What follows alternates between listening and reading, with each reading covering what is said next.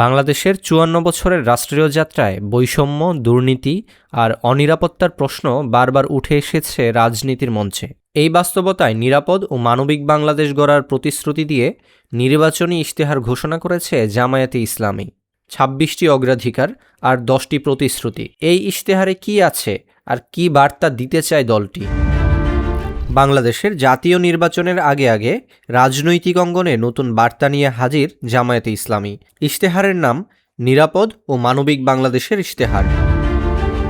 এই ইশতেহারে মোট ২৬টি বিষয়কে অগ্রাধিকার দেওয়া হয়েছে, আর ১০ প্রতিশ্রুতির মধ্যে রয়েছে ৫টি হ্যাঁ এবং ৫টি না। হ্যাঁ বলা হয়েছে সততা, ঐক্য, ইনসাফ, দক্ষতা ও কর্মসংস্থানকে, আর না বলা হয়েছে দুর্নীতি, ফ্যাসিবাদ, আধিপত্যবাদ, বেকারত্ব ও চাঁদাবাজিকে। অনুষ্ঠানে জামায়াত আমির ডাক্তার শফিকুর রহমান বলেন, ব্যক্তির চেয়ে দল বড়, দলের চেয়ে দেশ বড়। একথা বলা হলেও ৫৪ বছরে সেই স্লোগানের স্বাক্ষর জাতি কতটা দেখেছে? এই প্রশ্ন থেকেই তৈরি করা হয়েছে জামায়াতের ইশতেহার।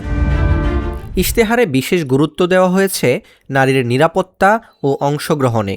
নারীর জন্য নিরাপদ কর্মস্থল এবং মন্ত্রিসভায় উল্লেখযোগ্য সংখ্যক নারী সদস্য অন্তর্ভুক্তির প্রতিশ্রুতি দিয়েছে দলটি। পাশাপাশি যুবকদের জন্য কর্মসংস্থান সৃষ্টি এবং দক্ষতা উন্নয়নকেও রাখা হয়েছে অগ্রাধিকার তালিকায়।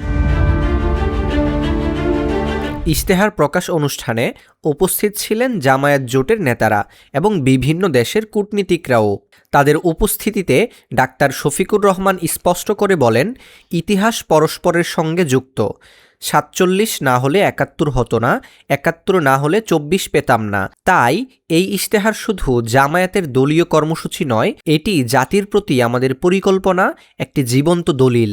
পিছনের রাজনৈতিক কালচার আর ধারণ করে চলতে চাই না, ওগুলাকে সম্পূর্ণ পিছনে ফেলে যুব সমাজের হাত ধরে এখন সামনে এগিয়ে যেতে চাই।